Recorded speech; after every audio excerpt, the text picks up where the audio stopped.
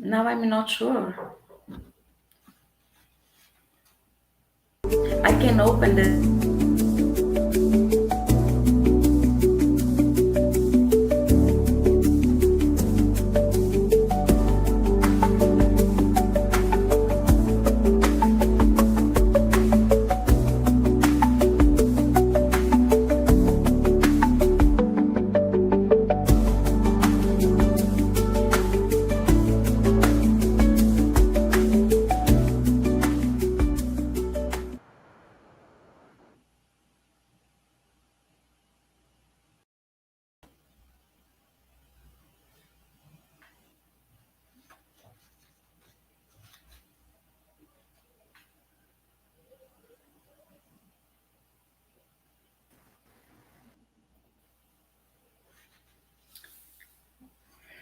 So good evening, everybody.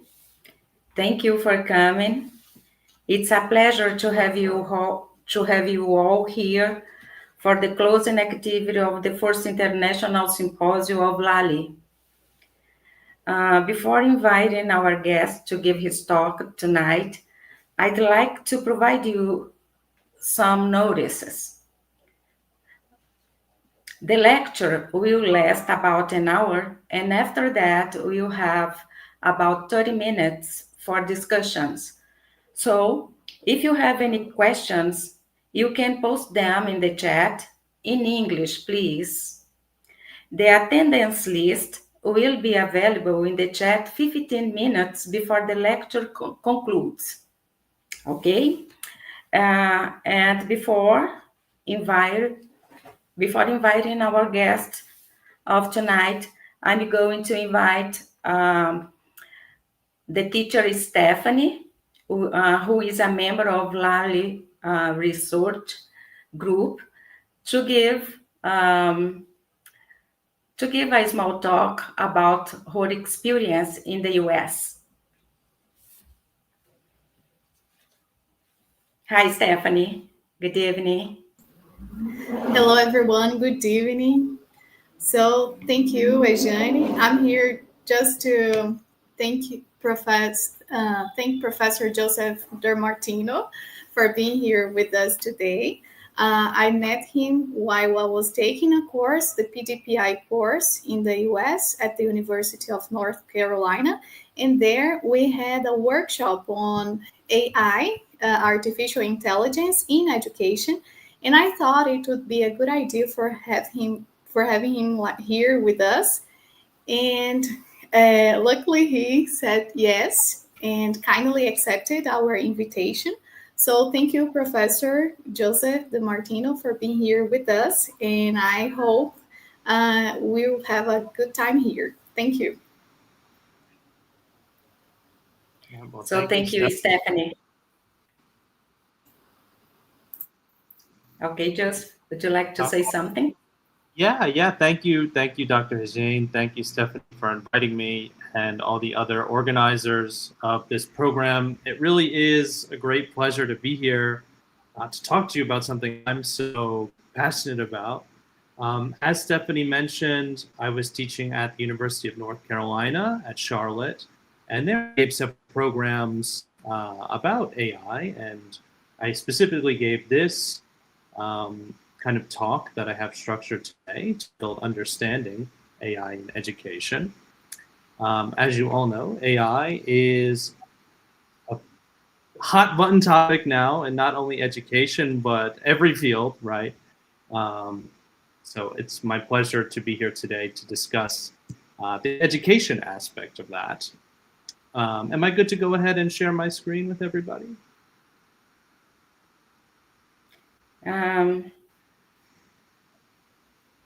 Are you going to read anything about the professor? Would you like to? Stephanie, would you like to? I'll introduce myself. No, that's okay. That's okay. You guys can start. Thank you. So thank you. So now we are going to start the lecture, Understanding Artificial Intelligence in Education, with Mr. Joseph DeMartino from Central Piedmont Community College in the USA.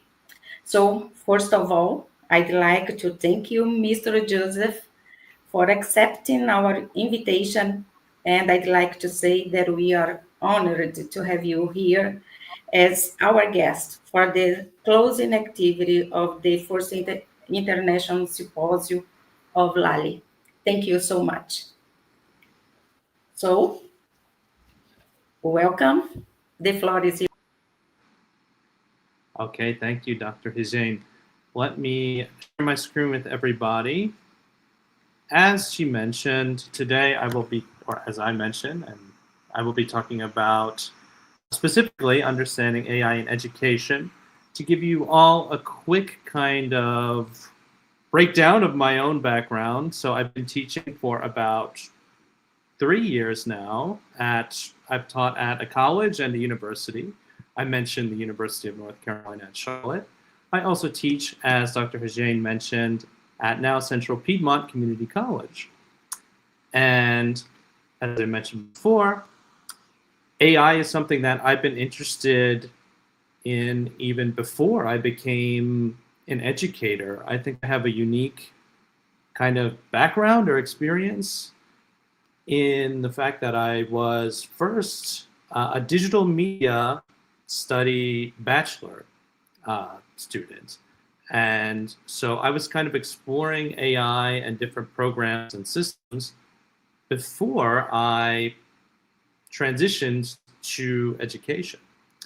And since that point, I've kept my interest and I've been kind of super focused on how I could combine these interests that I have. So it really is a pleasure today to be with everybody to discuss AIED, which stands for AI in Education.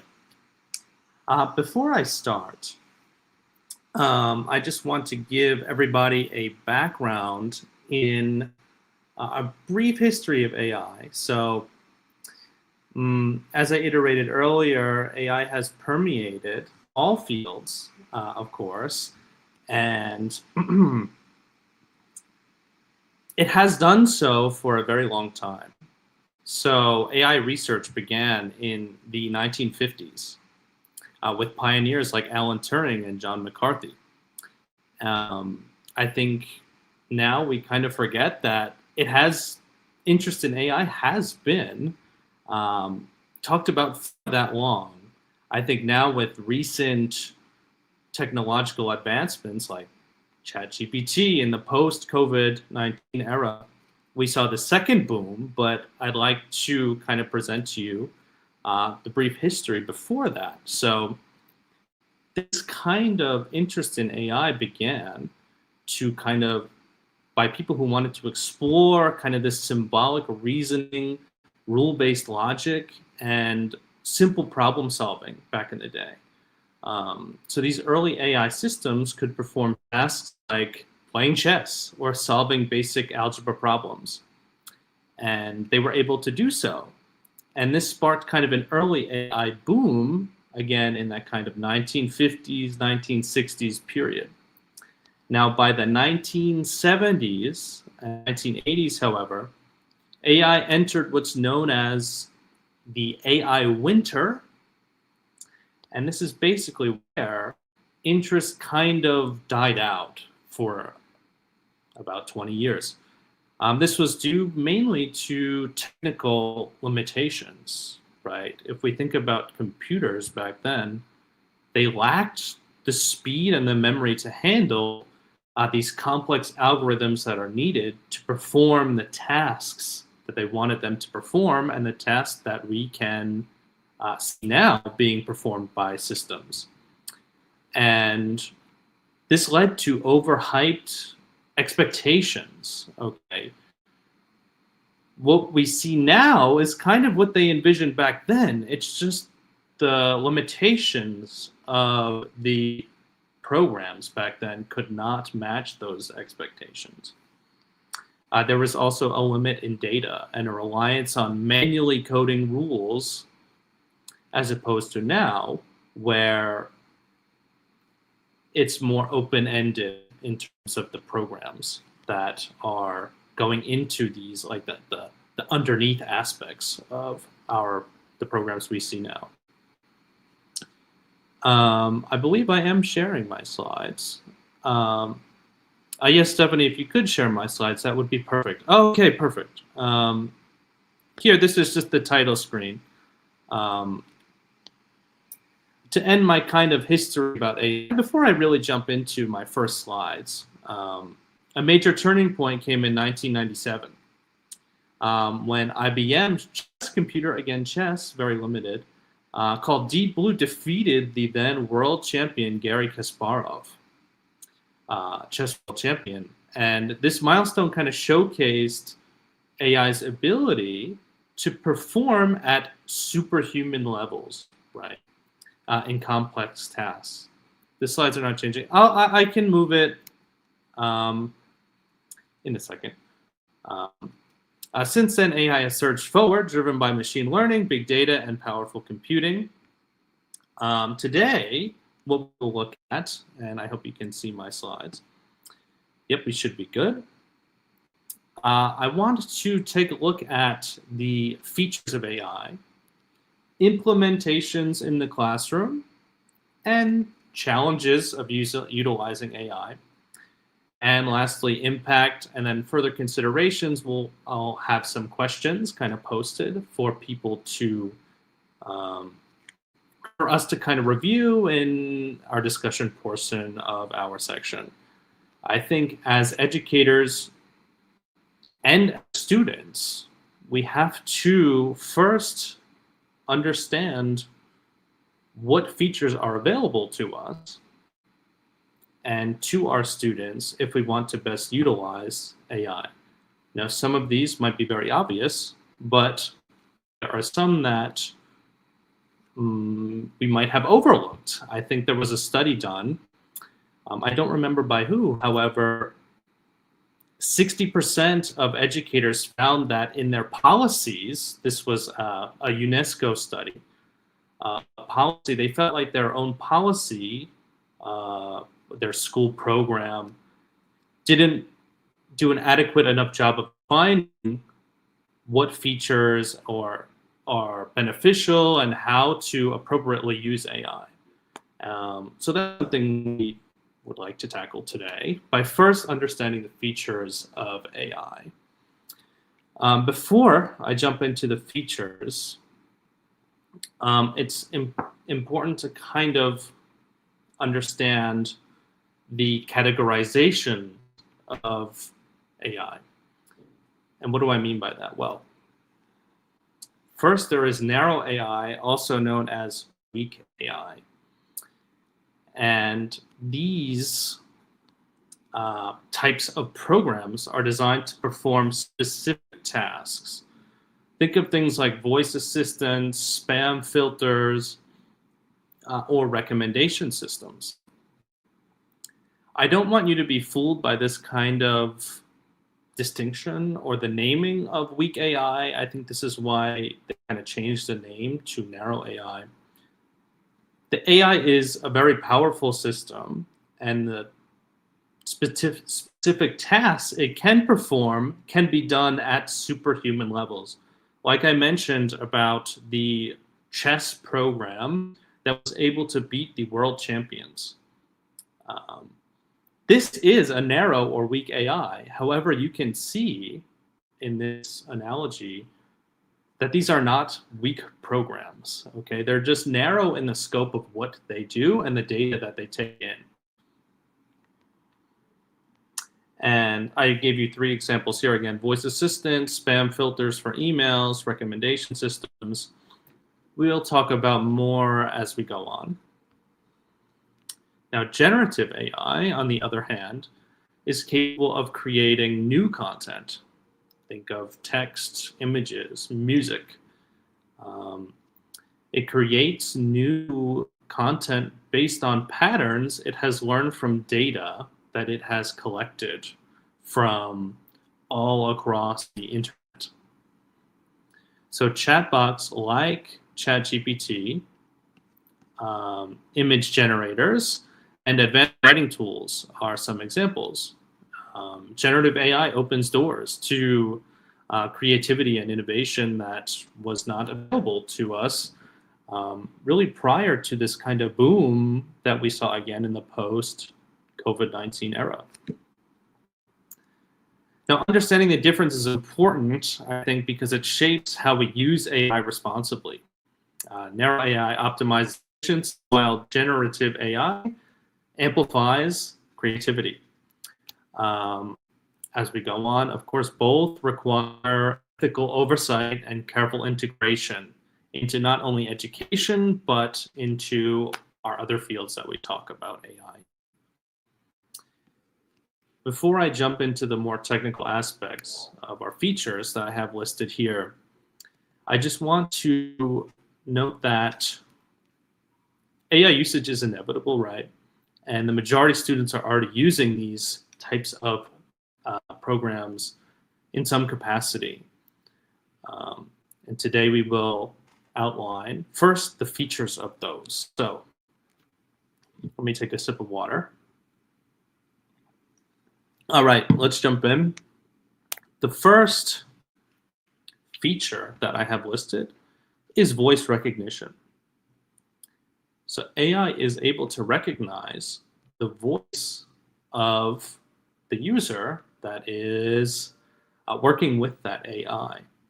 And it does this at a very high level, so it can pick up certain accents, and it is really accessible to speakers of any language that we know of, as long as the accent isn't super thick. Many AIs will be able to pick up that language. The next kind of term or feature I'm highlighting is what's known as an expert system. I think this is probably, of those that we will cover today, one of the most, if not the most important slides or features. And what do I mean by that? An expert system is a computer program or software that uses AI to reproduce the judgment of a human with expert knowledge in a particular field.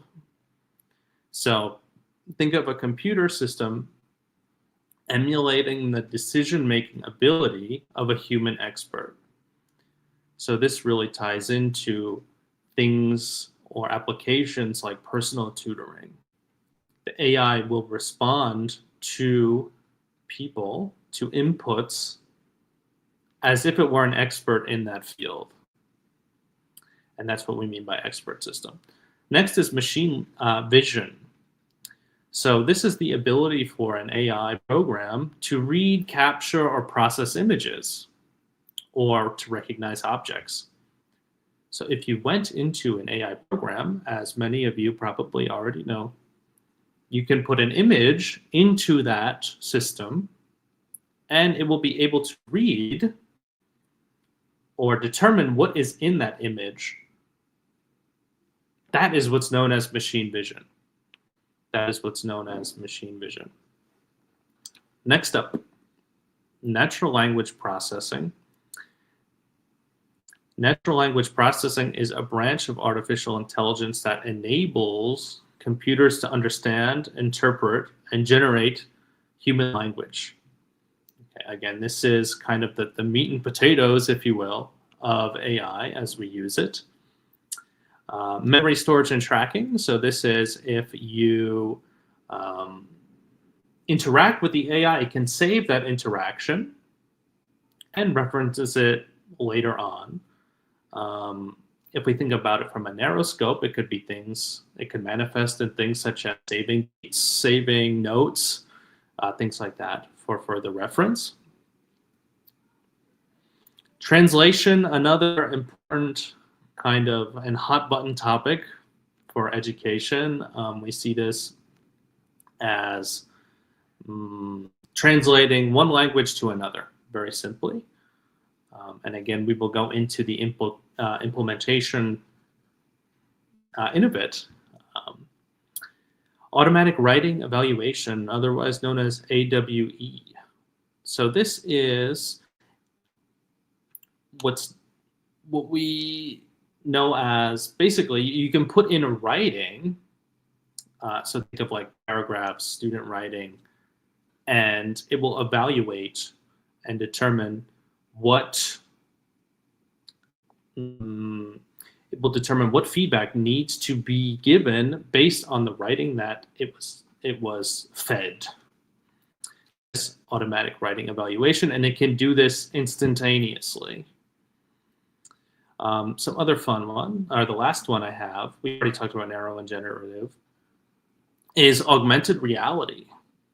Augmented reality, or AR, is the ability for an AI system, think of like your phone, it can overlay computer systems or things like images or graphics over the real world. And I have some examples for you in the next section here. And I have some videos to share. I think it would be good to kind of see that, the implications. So let me move on.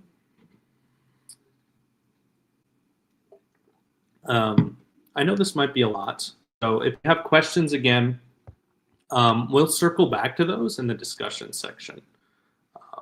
Just before I move on. I know this might be a lot for people. Moving on to the implementations in the classroom. So I've just highlighted some different programs to kind of introduce us to this section of the talk. We have programs that are generative AI, such as ChatGPT, as we know, Google Gemini, Sora, DeepSeek, ErnieBot are the Chinese kind of equivalents of ChatGPT. The list can go on. There's quite an exhaustive list of different options. Now I've just highlighted some of them. Translation tools, things like Google Translate, of course, and DeepL is one that I was recently introduced to. Actually, when I was giving my talk to Brazilian educators at UNCC, one of them mentioned this program that I was previously unaware of. And this one, if you haven't heard of it, is super cool because unlike ChatGPT, unlike Google Translate, it gives you different suggestions of what might be like a more accurate or more natural translation, as opposed to just kind of like a broad kind of list of potentials. Other implementations or other programs that I've noted. So Siri on our phones and other virtual phone assistants. These are programs, narrow programs, where you can tap on your phone and say, Siri, schedule a talk for next Saturday with my mom, and it will add that to your calendar. A more specific program that I will show you in a bit is called quill.org. So this is an organization that uses AI tools in education, and they use it to track progress of students. Basically, the students have access to this online program. They complete activities that can be assigned to them.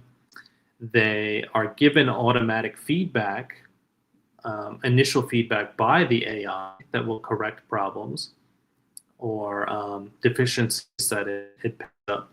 It will also share these kind of aspects that it does pick up with the main teacher of the class.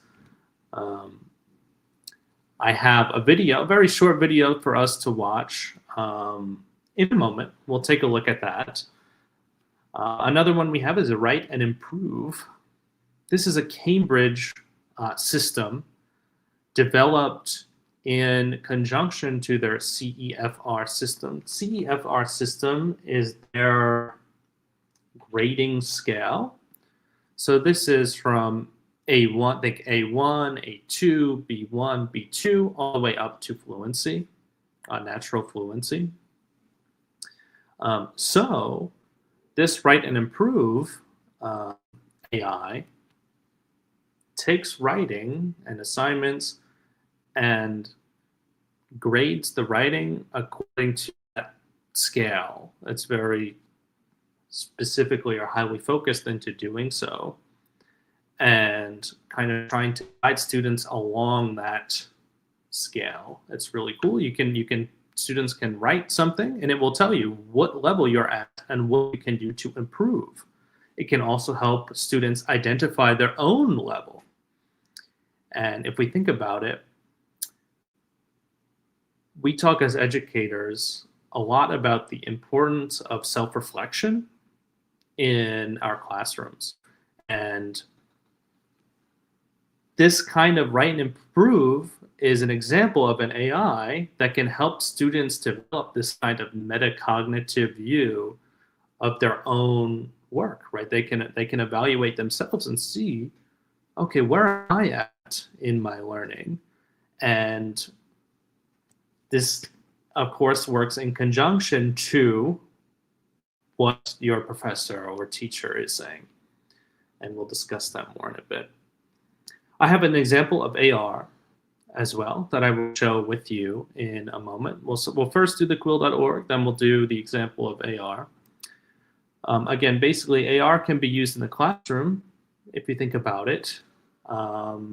We mainly see it, it's great for kids. I work with kids sometimes, and think like storybooks, for those of you that are interested in teaching kids, just how cool it would be for the students to be able to hold up a phone or something and see the pictures that they have in their book kind of pop up in front of them. The kids love that. If we think about it from a more advanced point of view, if you're more interested in teaching, think like adults, university level content, think about the implications for things like anatomy. Think being able to see the human body and a medical student being able to hold up their phone or whatever it may be and have the different body parts labeled for them, or have the body just pop up right in front of them, right? We don't need this kind of handmade human body like a model. Now everybody has a model at their fingertips that's labeled for them. It's a cool kind of implementation of that. Grammarly and programs like it. Grammarly is a language processor, think AWE, automatic language writing evaluator. It is used to correct not only like spell check, but also grammar checks. It also has a style check.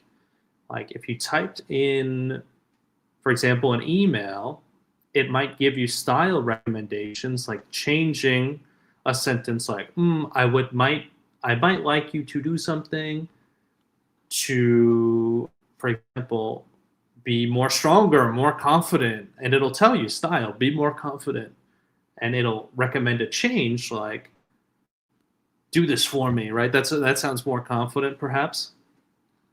There are other style, and I think they break it up into 4 systems from what I've seen, and that is clarity, style, accuracy and grammar, and I forgot the last one, but anyway, that's an example of an automatic writing evaluator, is Grammarly and others. Important to note that when using these, and it's great for graduate students as well that want to kind of fine-tune their own writing, universities are now requiring you to reference the changes that Grammarly makes.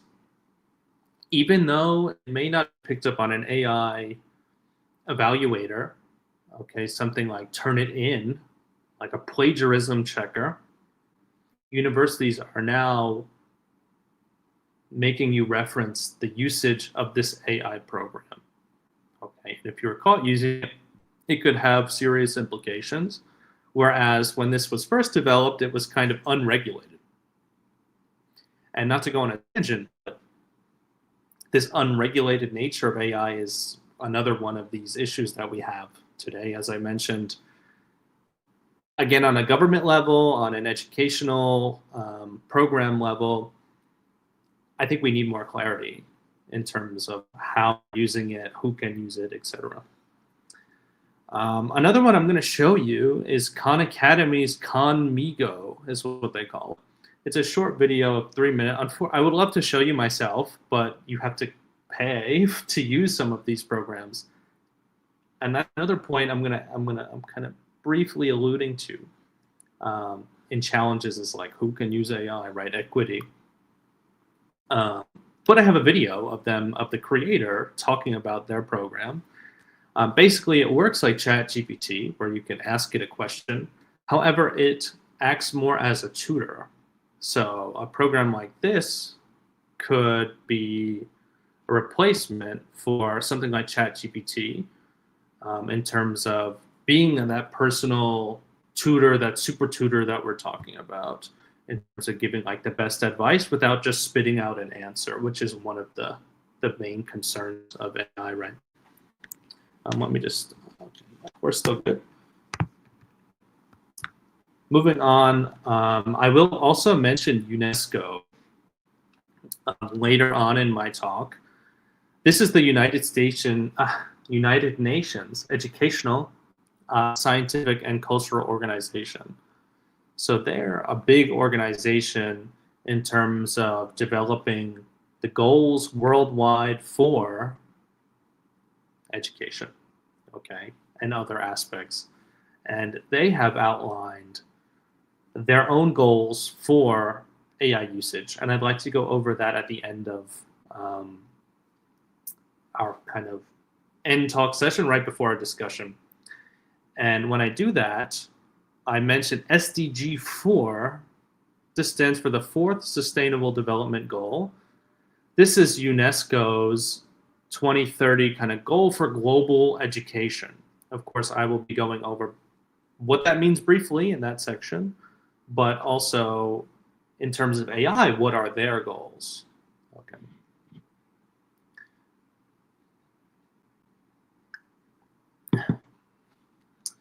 Moving on. So I have a quick example video.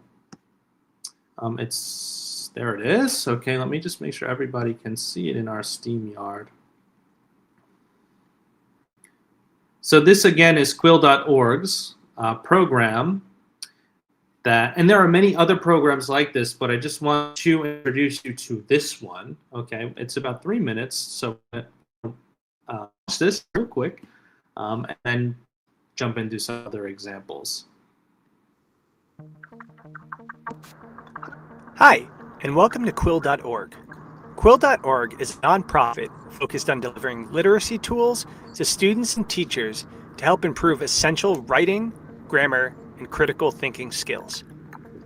Quill is a fully online platform designed for ease of use, meaning teachers can log in, create classes, add students, assign student work, lead lessons, and dive into in-depth reporting without confusing or too technical steps. If your school is already using Google Classroom or Clever, you can even add your classes with a single click. Once you've set up your classes, you can assign one of several in-depth diagnostics to your students to help assess their areas of need. Like all of Quill's activities, the diagnostics are rigorous and standards aligned. After students have completed their diagnostic, Quill provides teachers with in-depth reporting and suggests differentiated learning pathways for each student based on their individual results. Teachers can assign independent practice or teacher-led group lessons right from the diagnostic reporting page. Quill's independent practice is designed to teach and reinforce both foundational grammar and mechanical skills as well as higher order skills. Our activities are rigorous and aligned to academic standards so the teacher can address important skills on the path towards more confident and proficient readers and writers. One thing that makes Quill extremely unique compared to other literacy and writing products on the market is that we use highly advanced artificial intelligence and machine learning to give students immediate, thoughtful, and specific feedback on their writing, no matter what level. The program is smart enough to check both the individual skill being practiced, as well as all the other mechanical and grammatical skills, giving the student holistic, immediate feedback. This also saves teachers time on correcting student writing, while giving them deep and holistic reporting on each student so they can see where the student is either progressing or requiring further action. Reporting can help support teachers with their whole class and small group teacher-led lessons. Quill.org offers interactive, fully customizable lessons that the teacher can present to the entire class, while allowing students to interact from their own devices. This is a great way to provide targeted instruction before breaking back out for independent practice. And last, but certainly not least, Quill.org comes with English language learner specific diagnostics, lessons, and practice. This L-specific content provides translations of instructions and key vocabulary into 16 different languages and is designed by English language learner specialists to present information in the way that L students uniquely learn. I hope you enjoyed this brief overview of Quill.org. If you'd like more information or to try any of our tools for yourself, you can visit Quill.org to learn more. Okay, so that was a brief introduction to Quill.org's program. They specifically reference ELL, which is English language learners. I'm not sure if everybody here is in that field or not, but even if you are not, I think you can still see the applications for what it could mean for other fields as well. Think assigning math problems, for example, and giving feedback that way, as opposed to just purely English or language-focused background. Moving on, I next have a video so you can all see augmented reality. And this one's about a minute long, where our speaker here will introduce you to some of the things I was mentioning before. So I will play this next. Let's look at augmented reality in just 60 seconds. Augmented reality means overlaying digital images onto the real world to enhance them with digital details. Let's think about Pokemon Go, where we look through our smartphone at the world around us and we get superimposed these digital characters. Or the way we use Snapchat filters to augment our looks, to, for example, use bunny ears for our social media photos. Just Google popular dinosaurs like Tyrannosaurus, and you can now use your phone to superimpose it using AR into your room to have a look around to see it in real scale. Today, you can use augmented reality to try on different types of makeup. You can place IKEA furniture into your house, or you can even try different shades of Dulux paint on your walls, all via your smart device powered by AR.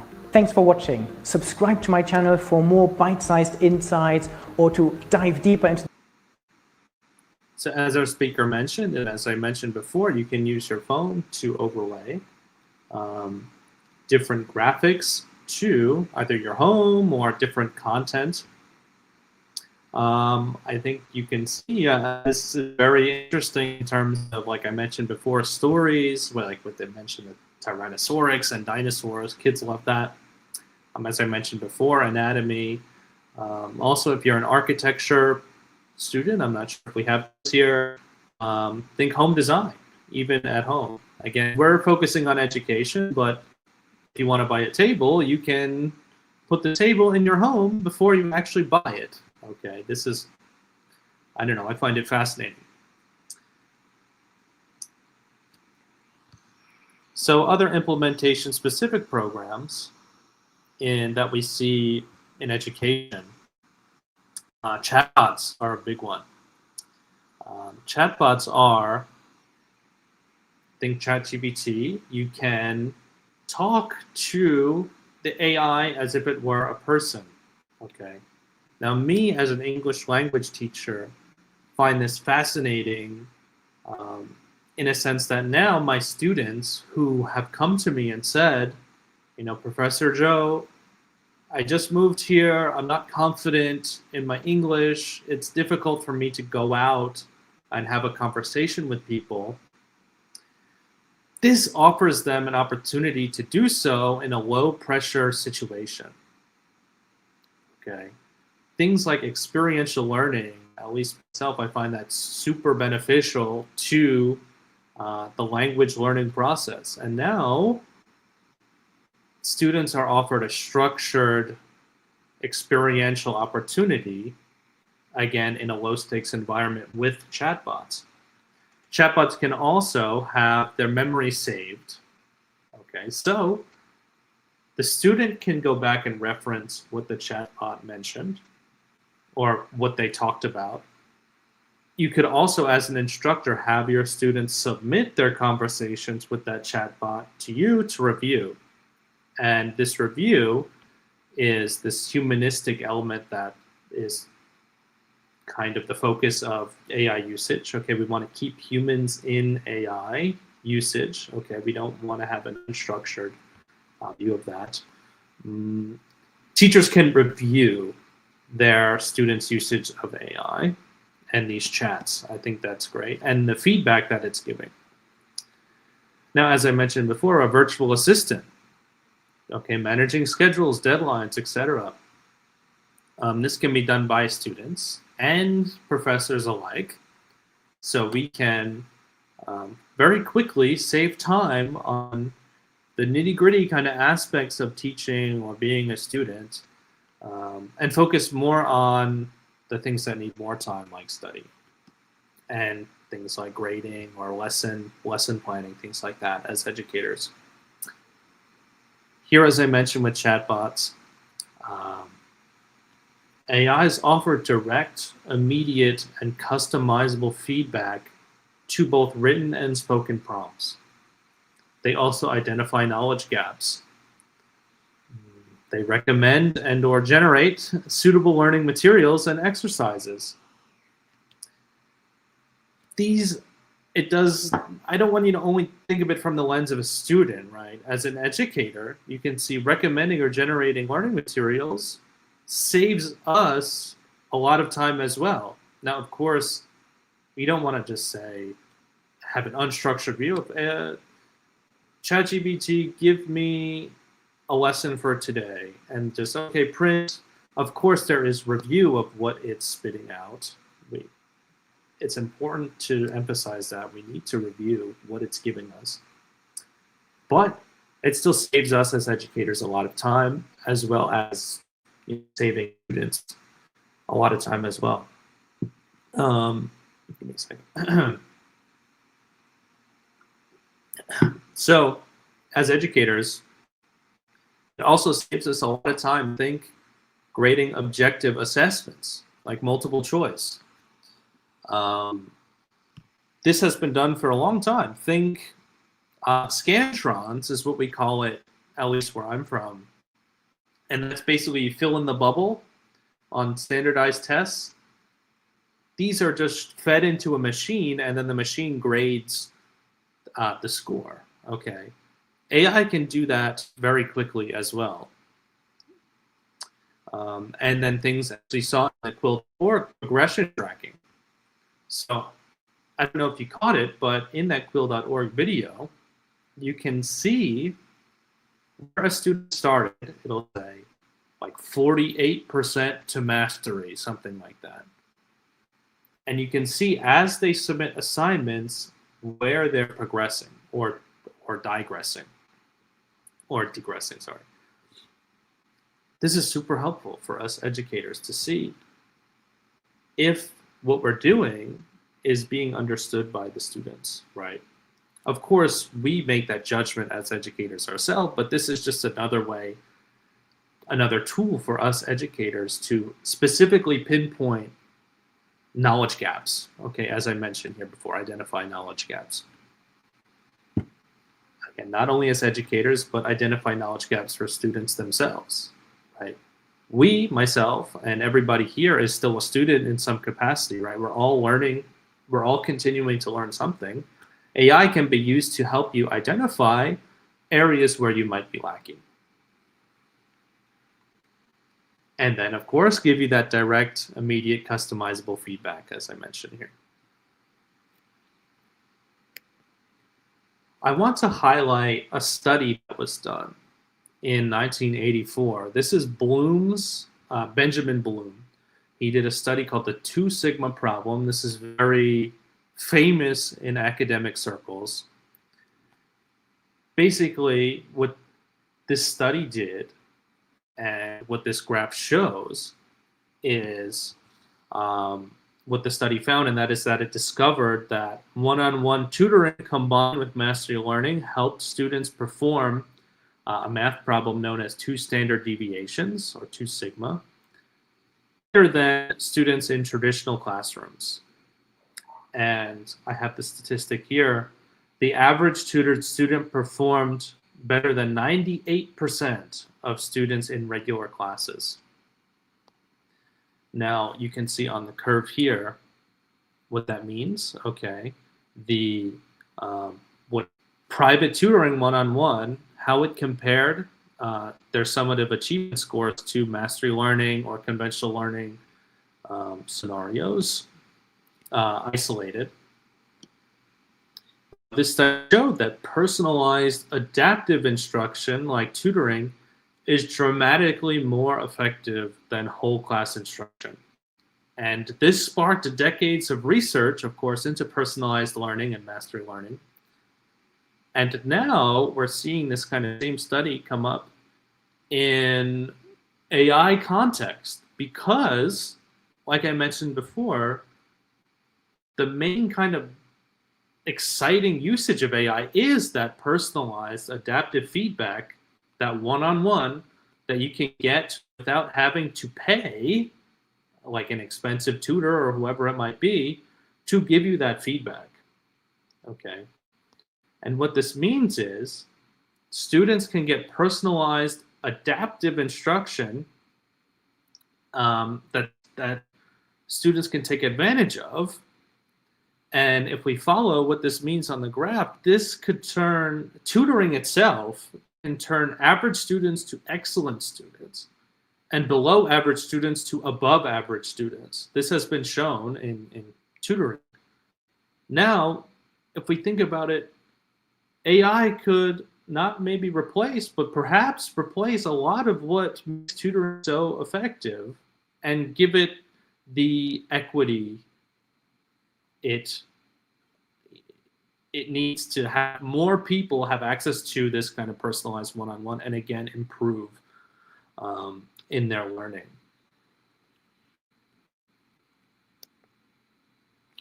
Next, I want to introduce you to that Khan-Migo.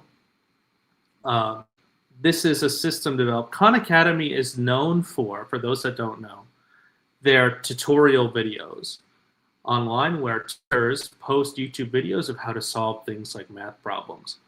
Well, they developed an AI that works as a personal tutor that is different from ChatGPT in that it offers a program that acts more as a tutor and less as kind of an all kind of spit knowledge at you system. I'm going to play a short clip of this entire talk. I highly recommend those who are interested to check it out, the full 15 minutes. It's a great watch. We're going to be watching a 2-minute snippet just to show the program that I'd like to highlight for you all. Show you is, I think, the first moves towards doing that. Obviously, we've been trying to approximate it in some way at Khan Academy for over a decade now, but I think we're at the cusp of accelerating it dramatically.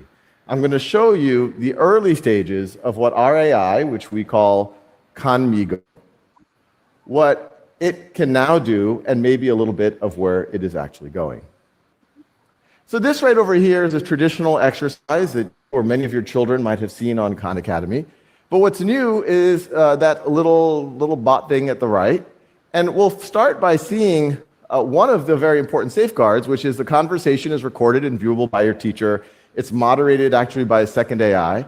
And also, it does not tell you the answer. It's not a cheating tool. Notice, when the student says, tell me the answer, it says, I'm your tutor. What do you think is the next step for solving the problem?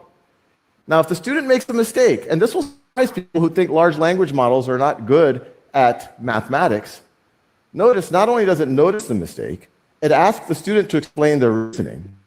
But it's actually doing what I would say not just even an average tutor would do, but an excellent tutor would do.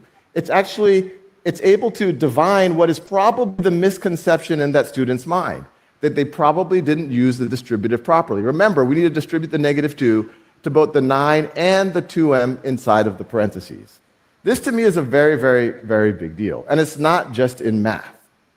This is a computer programming exercise on Khan Academy where the student needs to make the clouds part. And so we can see the student starts defining a variable, left x minus only made the left cloud part, but then they can ask Conmigo, what's going on? Why is only the left cloud moving? And it understands the code. It knows all the context of what the student is doing, and it understands that those ellipses are there to draw clouds, which I think is kind of mind-blowing. And it says, to make the right cloud move as well, try adding a line of code inside the draw function that increments the right x variable by 1 pixel in each frame. Now, this one is even amazing because we have a lot of math teachers. We've all been trying to teach the world to code, but there aren't a lot of computing teachers out there. And what you just saw, even when I tutor my kids when they're learning to code, I can't help them this well, this fast. This is really going to be a super tutor. And it's not just exercises, it understands what you're watching. It understands the context of your video. It can answer the age-old question, why do I need to learn this? And it asks Socratically, well, what do you care about? And let's say the student says, I want to be a professional athlete. And it says, well, learning about the size of cells, which is what this video is about, that could be really useful for understanding nutrition and how your body works, etc. It can answer questions, it can quiz you, it can connect it to other ideas. You can now ask as many questions of a video as you could ever dream of. So, All right, so like I mentioned before, this is kind of a cool program, and you can see where specialized AI is headed, okay, as a personal assistant tutor. I'm going to move on in the interest of time, okay, but again, you check that the video is called How AI Could Save and Not Destroy Education. I want to move on to next SDG 4 and UNESCO. So SDG 4, as I mentioned before, is the 4th Sustainable Development Goal for UNESCO. And the key points of this goal that UNESCO has set for 2030 is, well, first, SDG 4 aims to ensure inclusive, equitable, and high-quality education for all people and to promote lifelong learning opportunities, is what I pulled from their site. This is what they say. I kind of tried to summarize it in some key points for everyone here. The key points are that UNESCO wants to provide free, safe, and accessible primary and secondary education for every child, expand access to early childhood education, ensure equal access to affordable technical, vocational, and higher education, improve literacy and numeracy rates globally, promote education for sustainable development, global citizenship, and cultural understanding, and increase the supply of qualified teachers. Now, the overall goal of this is to create education systems that are fair, quality, and inclusive. Now, I wanted to just give you guys this. I pulled from it, and what I'm going to talk mainly about today is their vision for AI implementation. So UNESCO has been very clear, and you can reference on their website, that AI should not replace human learning. It should enhance it. Their vision emphasizes 3 key principles. The first is that AI must be used in ways that support human agency. That means that students still need to think, struggle, question, and develop their own understanding. AI should not act as a tool that guides and scaffolds learning. It should act as that. It should act as a tool that guides and scaffolds learning, not as a shortcut. Okay, not as a shortcut that's the intellectual work for the student. Second, UNESCO stresses equity and inclusion. If AI is going to be part of the educational experience, it must benefit all learners, not just those with access to the newest devices or strong digital skills. And this is one of the concerns that I mentioned in my next section, is who has access to these programs. And there's still 1/3 of the world without computer or internet access. So what does it mean for those people? Is going to continue to divide in learning equity across the world? UNESCO, their stance is that AI should narrow these gaps and not widen them, and that is a goal of the program. Third, UNESCO emphasizes transparency and responsibility. So students need to understand how these tools work and when they are appropriate to use them, as well as what their limitations are. So that means we as educators need to also educate not only our content, but now also how to best use AI to our students. Okay. This is especially important in language learning, my field, where comprehension and meaning making depend on the process, okay, not just the product. So when we compare UNESCO's vision with the concerns raised in recent opinion pieces, we'll see that the concerns were educators, or the concerns that educators have kind of align with UNESCO's vision. And that's a good transition to our challenges. So some that I have mentioned is AI being used, copy and paste generative engine as a crutch for learning. Okay, it's give me an answer, okay, and not explaining how they got that answer. Okay, as I mentioned before, global equity and discrimination. Global equity, again, as I mentioned, who has access to these programs, okay? And same with discrimination. Data privacy is another concern. What are companies that operate these AIs using our data for? There is concern by not just educators, but organizations as a whole, governments, who's getting our information. And this is important as educators too, because we don't want our students' privacy to be compromised.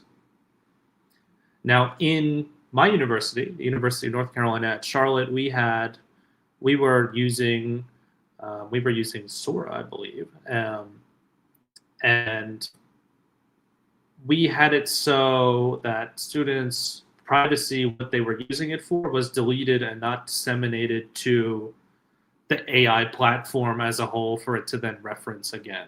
I think it was some deal. I'm not sure the backdoor kind of deal with that, but they made it so that that data was not distributed. Another challenge that has been voiced to me and amongst other educators is phantom sourcing, misquoting and pulling from questionable sources. Okay. Misinformation has been a problem for the longest time, right? AI might pull from a questionable or biased source, okay, and that's also what I mentioned, algorithmic bias. It's up to us as educators and also students to check where this information is coming from.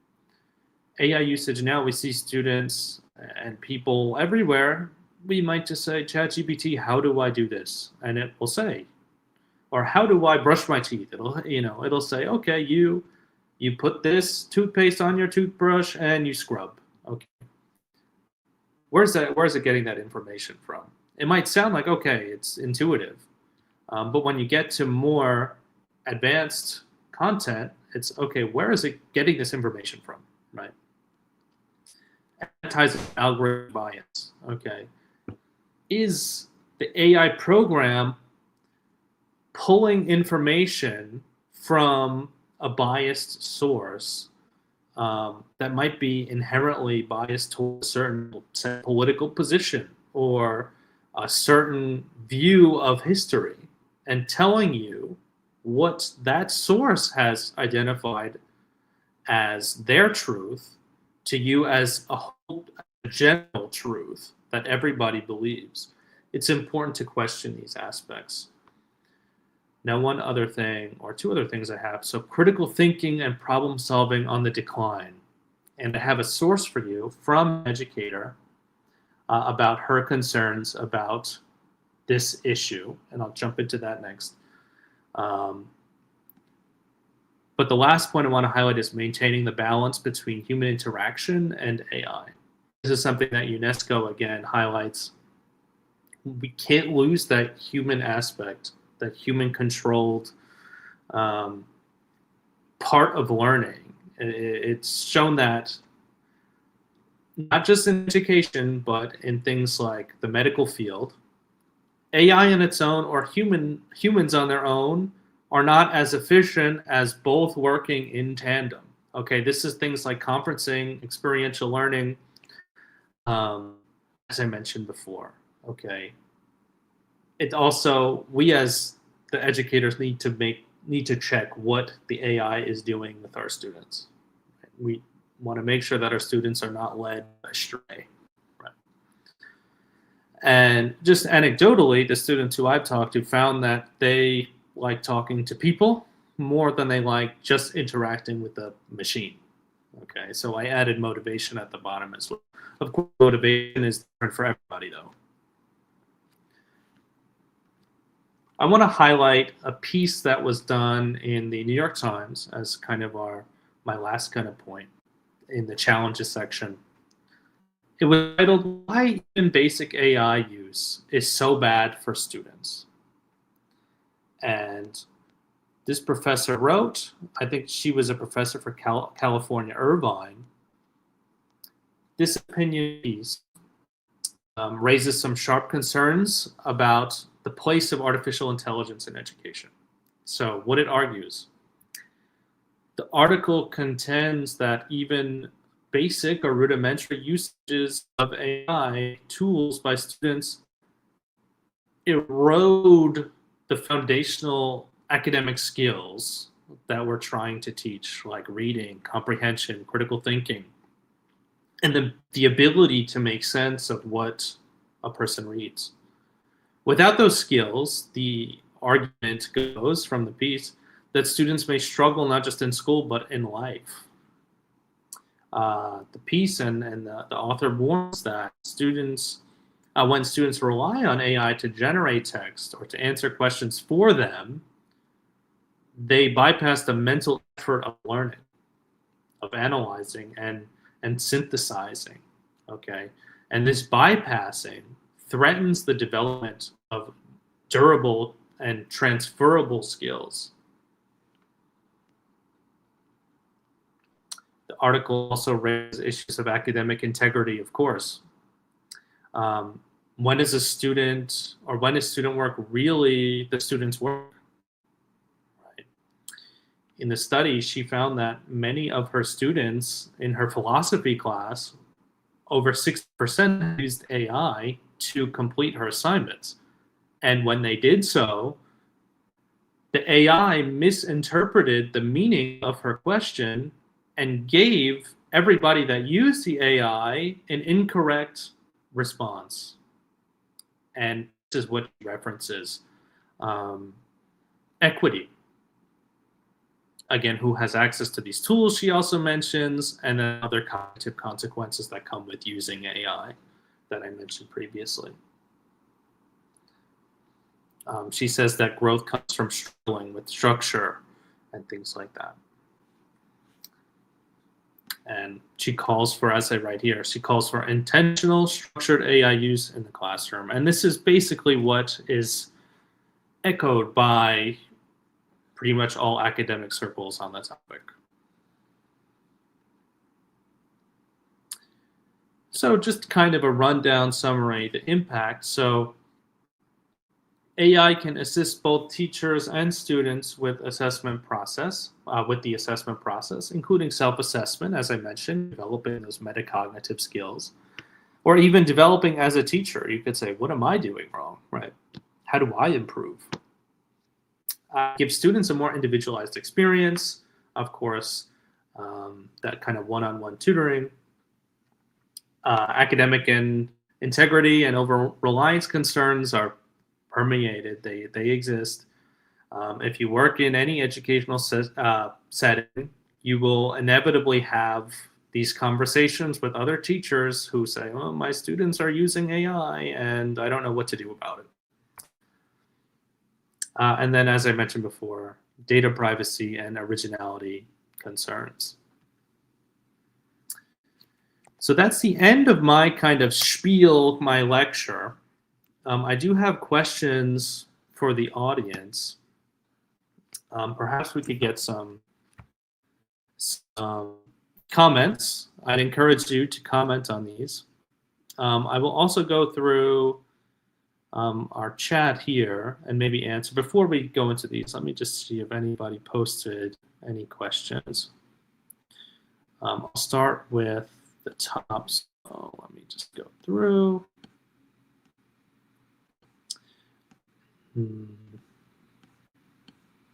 I'm just going through our YouTube chat right now.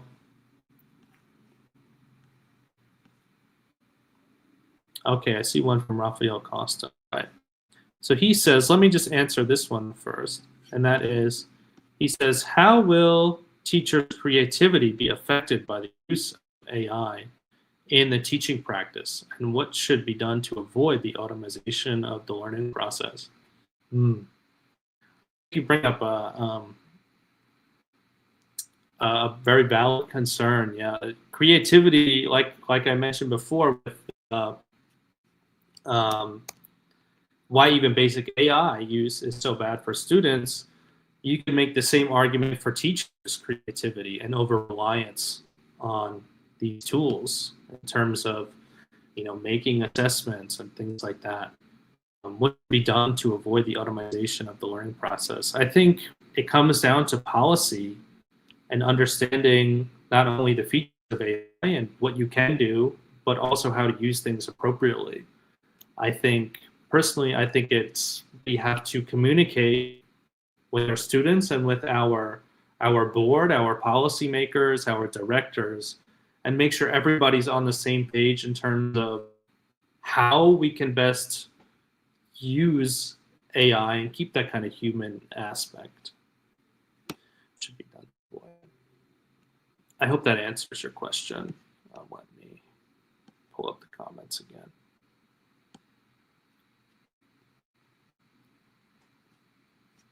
Let me go back through.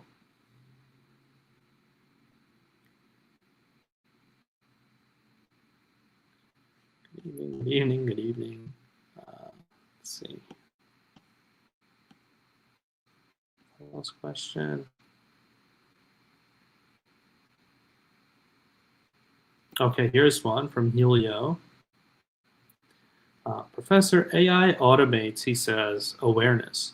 As educators, how do we ensure students understand what they are or are not doing when using AI tools?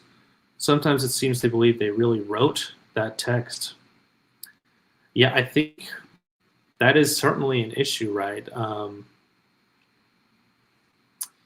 I think it starts with making students aware of the tools that they are using, again, kind of more clearly identifying what and how to best use AI in your classroom.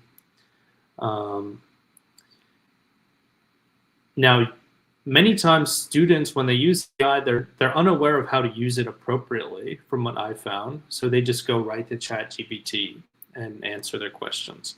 Well, what if you presented them with an activity that asked them to use AI and not just something that is isolated from AI? Like, do this assignment, do this writing, then submit your writing into AI, get feedback, and submit not only your original writing, but the feedback that was given by the AI. And then activities like that, just for one example, you could then see the original work, the work that was produced by the AI, and the feedback that was given. And then they're using AI, it kind of steers them on that kind of track towards using AI as the better way we want to see it being used.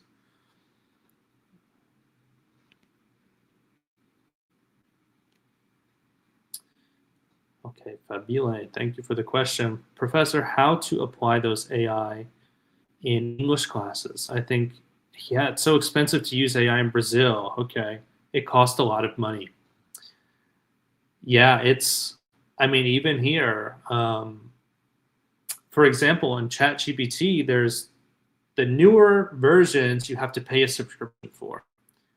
And this students do not have access to. I mean, it's an expensive ask. Now, it might come down to the university budgeting by the directors of the program. So Quill.org that I mentioned, and things like Write and Improve, the directors of the programs can decide to allocate funds towards paying that program.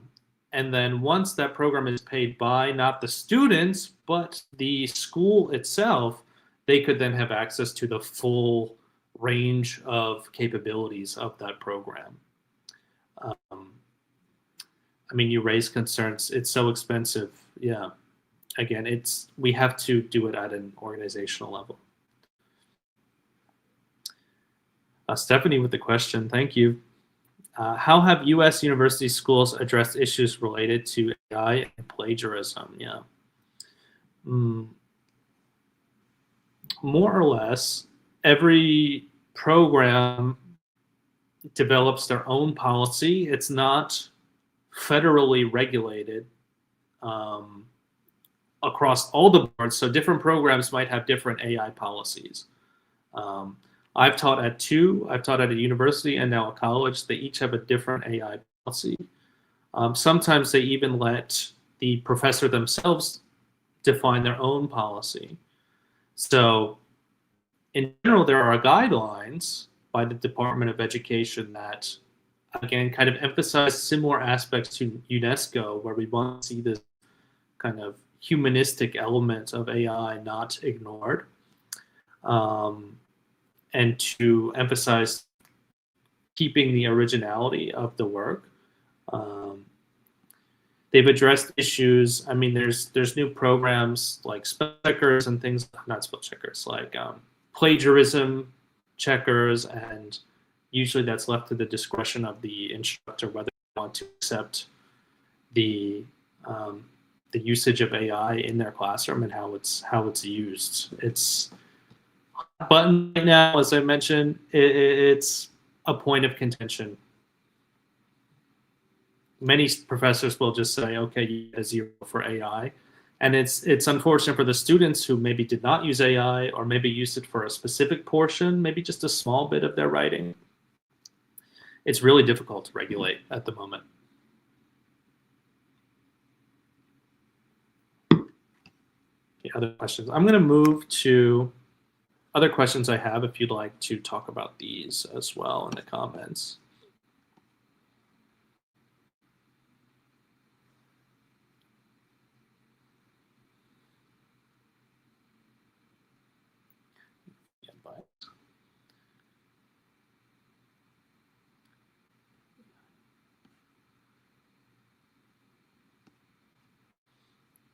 So I can go through each and give you my own answer. I also encourage you to discuss in the chat.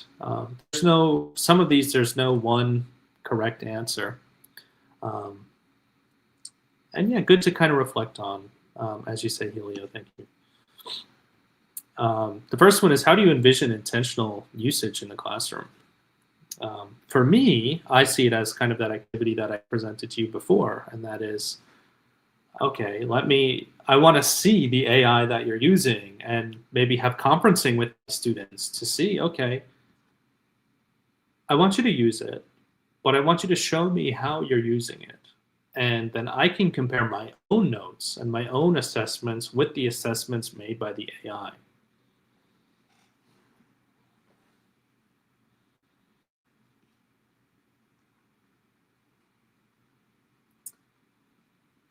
The second question I have, are there any activities or assessments you typically do that could benefit from the inclusion of responsible AI?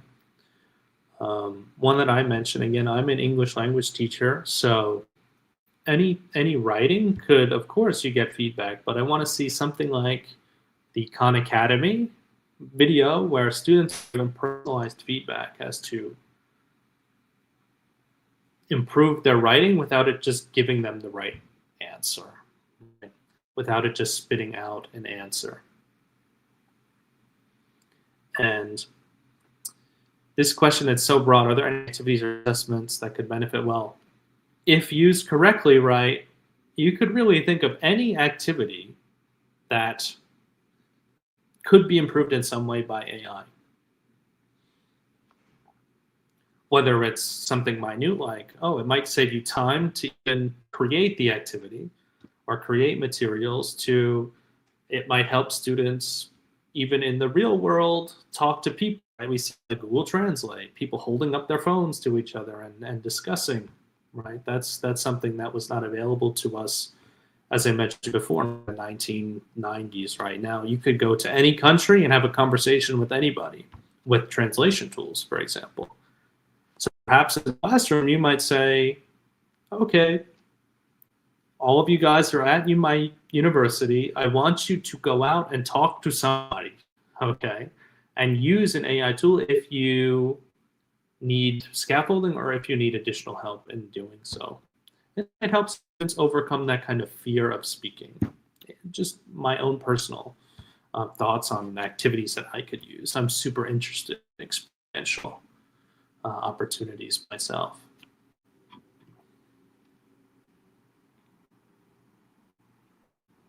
As I go through, if there's any questions that you would like to answer or have any thoughts on, feel free to share that in the chat, and I can go over that and continue this discussion. That would be cool. That would be great.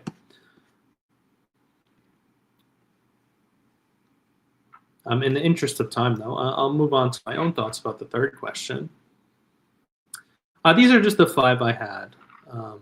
Any more questions? Yeah, and yeah, if any of you have any other questions, that'd be awesome. And I can go back to different parts of the presentation if you'd like me. So if you have a question, oh, I don't understand what AR is, I can go back and we can talk about those things. How can we structure tasks so that using AI doesn't replace student effort but supports it? Okay. I give you some peer review. What checks or scaffolds might we need to ensure to reflect on? How do we maintain a balance?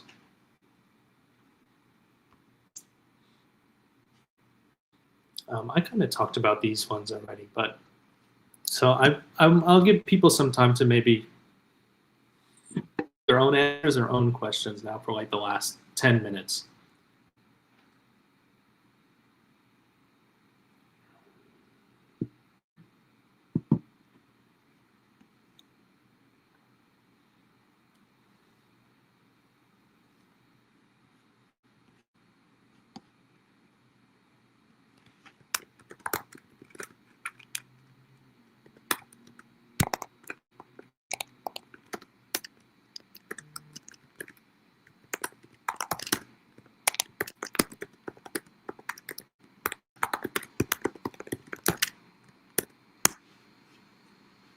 So again, I'm just taking some time if anybody wants to answer any of these questions. If not, then I guess we could conclude. But I want to give people an opportunity.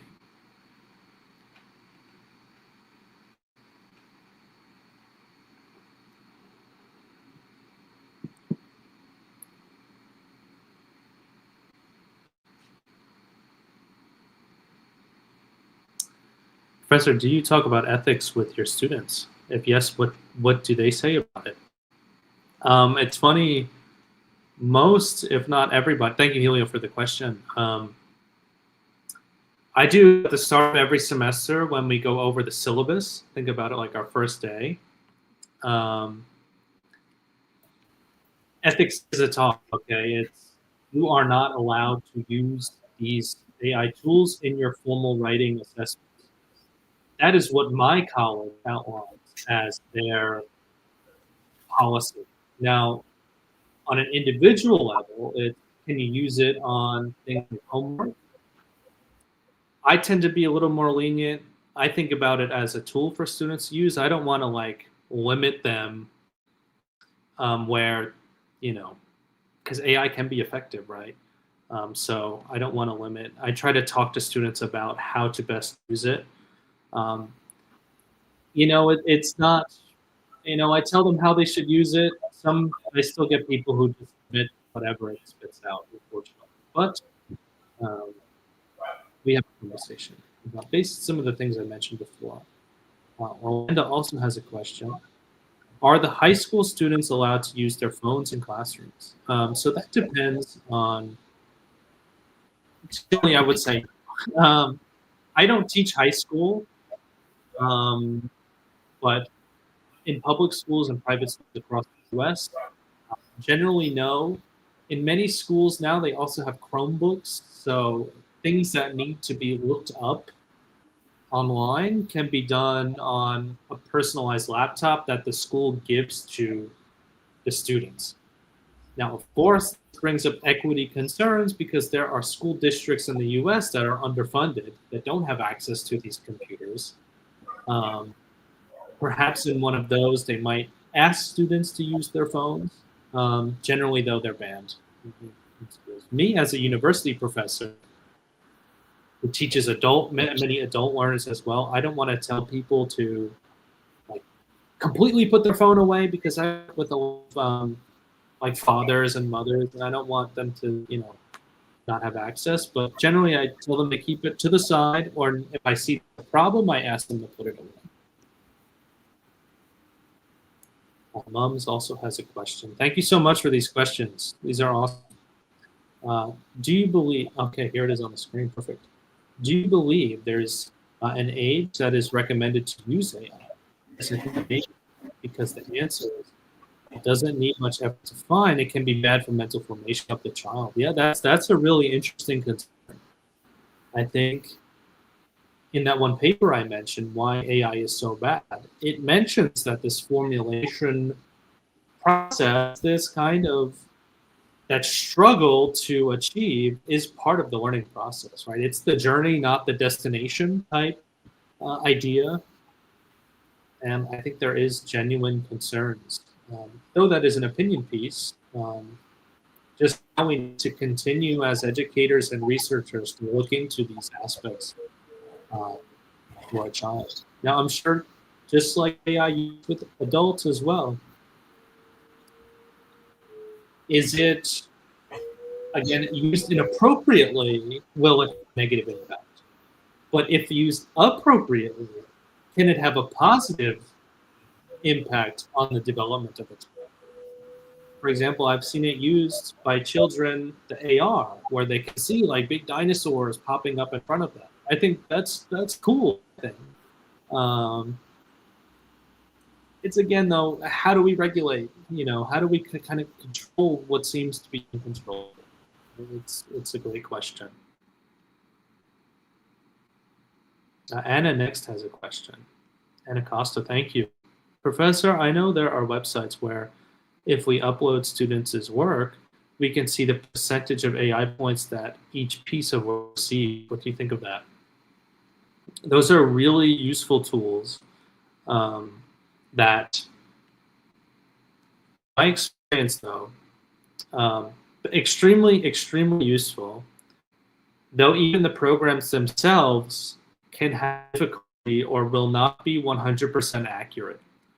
So different educators have different policies regarding some checkers like Turnitin, or I don't remember some of the other ones, but we use Turnitin, where some professors might, okay, Turnitin gives you a 60% AI plagiarism score, you get a 0, and that's it. Me personally, I look at the score that the AI gives. I contact the student, okay, AI gave you this score. Can you explain yourself? Did you use AI? And give a student a chance to kind of talk about it.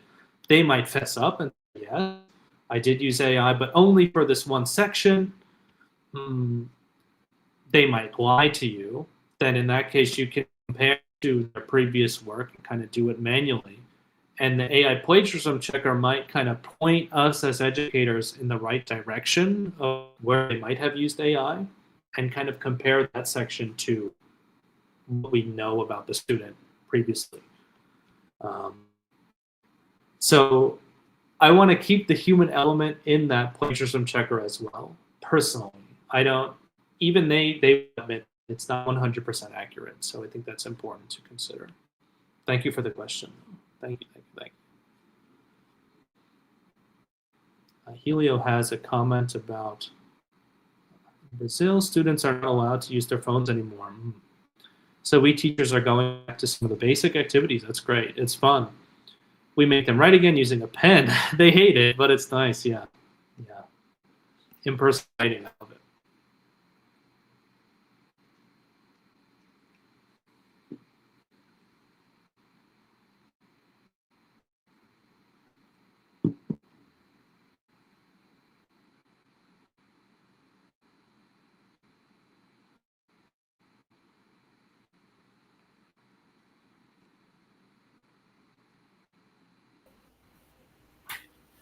So thank you, Mr. Joseph, for your brilliant talk.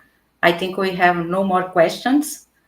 So I'd like to thank you for your contributions about AI, the use of AI in education.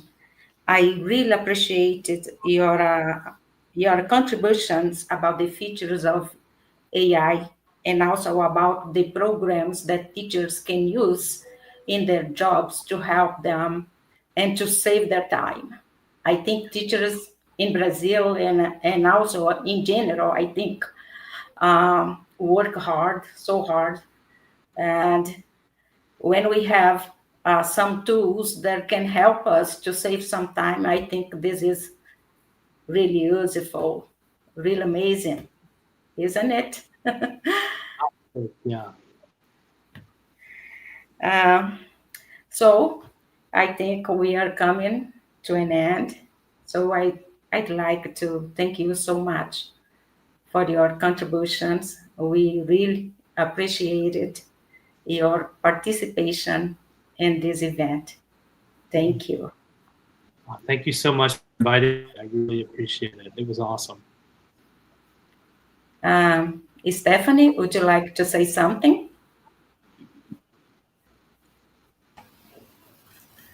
So I'd like just to thank Professor Joseph for the talk. It was really good to hear you again.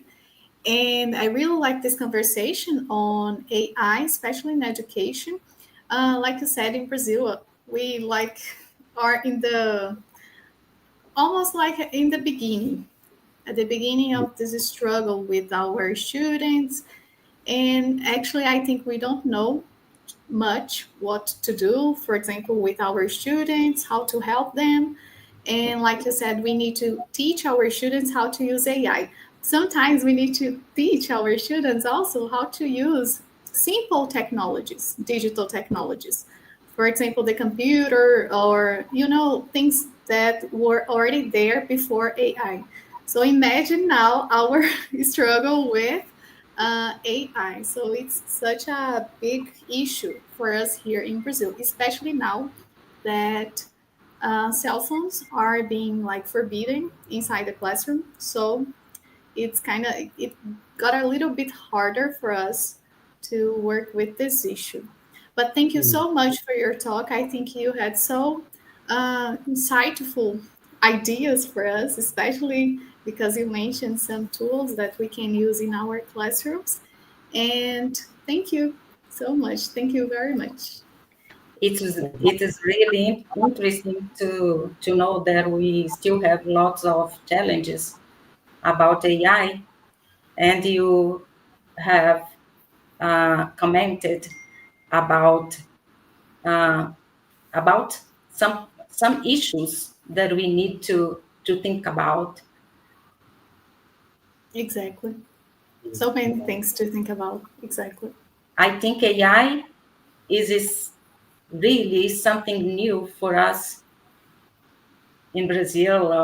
I think as teachers or professors, I think we are at the beginning of this process of Mm-hmm. adding AI uh, to the teaching and learning processes.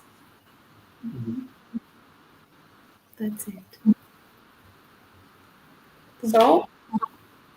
I think that's all for tonight. And thank you so much. Thank you. Thank you. Thank you, everybody who attended as well, and for your questions.